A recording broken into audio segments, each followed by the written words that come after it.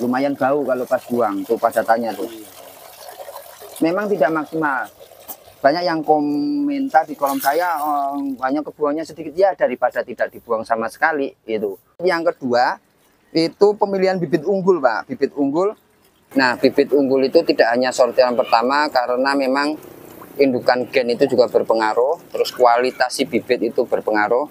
Kita coba lihat ketika siang hari dia akan lebih di dalam ya, nanti siang dia akan aktif di atas seperti itu. Nah, itu sortiran kedua, ketiga, dan ini adalah sortiran yang ketiga juga. Ini ada 78 juga. Nah, di sana juga ada 78 ya. Jadi nanti kita akan coba lihat kolam sebelahnya.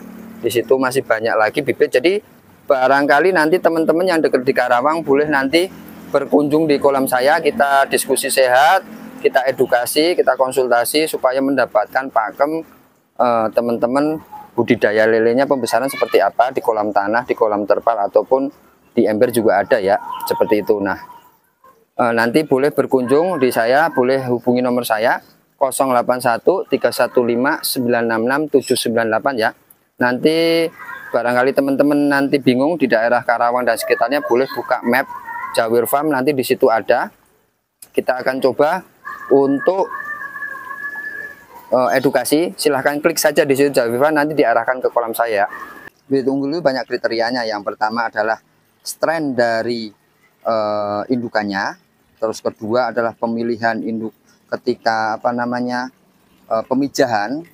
Yang pasti kalau ciri-ciri ikan sehat mah udah pasti ya gesit, lincah, tidak menggantung seperti itu. Tapi kebanyakan teman-teman tidak paham strainnya, pakai strain apa, misalnya sangkuriang atau apa. Dah indukannya itu biasanya disarankan tidak inbreeding atau kawin sedara. Nah, biasanya kalau kawin sedara biasanya ya dia akan pertumbuhan lambat, mudah terserang penyakit dan lain-lain. Itu untuk pemilihan bibit unggul. Nah, garam grosoknya takarannya 1 kilo ya. Kita akan tebarkan rata ke seluruh kolam. Kita lihat ya. Nah, ini tebarkan rata ke seluruh kolam sebanyak 1 kilo karena target kita nanti adalah 4 kubik ya, atau 4.000 liter ya.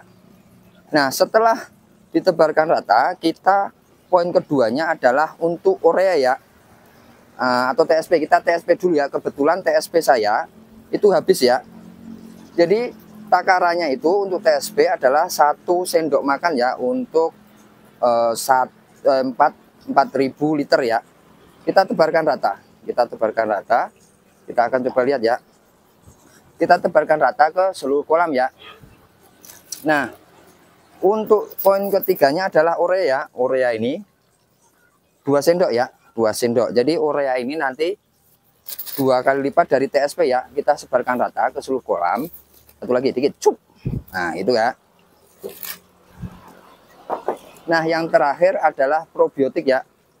Probiotik ini saya pakai sel multi ya, mengandung nitrobakter ya. Ini disarankannya ada 4-5 tutup ya. Nanti kita tunggu 5 hari. Kita buka dulu. Nah, kita akan coba ya 5 tutup ya. 1 2 3 4 5. Oke ya, 5 tutup ya. Nanti sampai dengan 5 hari baru tebar bibit ya. Nanti di hari ketiga itu biasanya sudah hijau airnya. Yang ketiganya adalah pakan fermentasi. Pakan fermentasi nanti ada di video lainnya ya. Karena ini panjang banget. Yang pasti pakan fermentasi saya 6 jam diaduk pakai probiotik dan molase. Setelah itu ditutup rapat selama 6 jam baru diberikan ke ikan. Biasanya seperti itu kalau saya fermentasi. Itu dengan tujuan supaya protein yang ada dalam pakan ini nanti terserap lebih banyak proteinnya ke daging si ikan. Karena ikan lele ini butuh protein tinggi, bukan butuh makan banyak.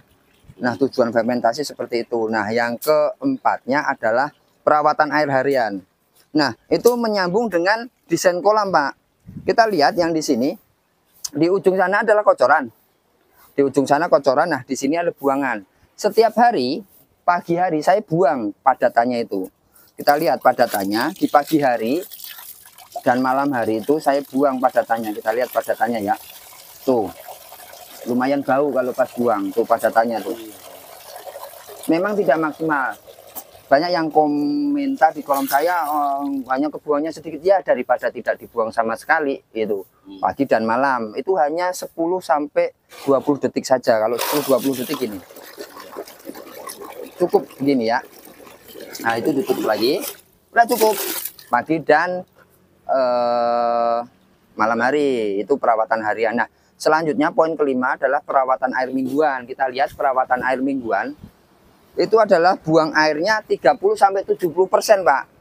Terus, nah, Om, ini nanti kita akan kuras 30-70% ya, kondisional ya. Kebetulan kolam 1 itu kemarin sudah diambil bibitnya. Nah, jadi ada pertanyaan buat teman-teman ya, pembibitan sama pembesaran sama nggak? Sama. Jadi sama karena kita sama-sama pelihara air ya. Sarankan seminggu sekali ya. Untuk bahan-bahannya yaitu garam grosok ya. Garam grosok itu adalah garam non yodium serta probiotik ya. Nah catatannya adalah untuk probiotik itu boleh memakai merek apapun ya. Kalau saya memakai merek yang berbasis bakterinya itu adalah Nitrobacter ya. Dan kita sediakan air juga ya. Oke Om, kita kasih 2 genggam saja cukup. 2 genggam ya, 1 2 udah. Nah kalau ada ikannya catatannya harus diaduk dulu.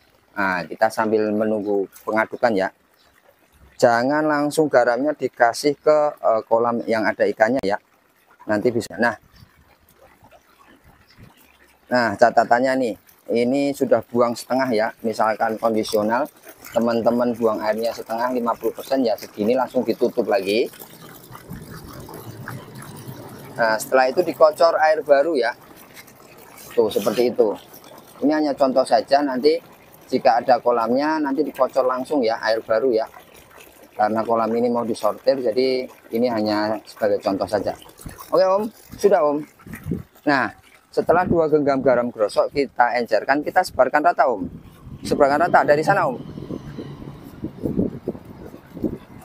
Nah seperti ini, kita sebarkan rata ke seluruh kolam ya. Ini contoh saja ya, kalau ada ikannya harus ada pengenceran air. Ayo Om. Nah seperti itu, tidak apa-apa. Lele itu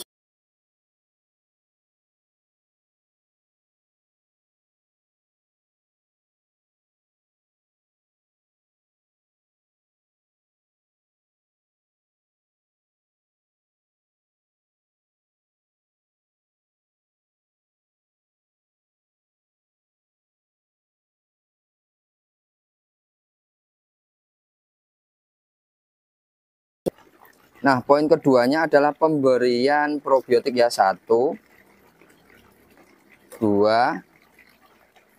3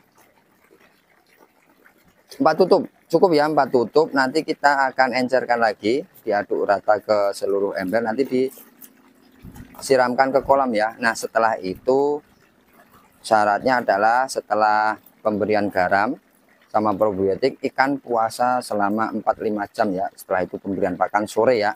Disarankan untuk pergantian air mingguan ini dilakukan di pagi hari ya. Di pagi hari karena nanti, yuk langsung.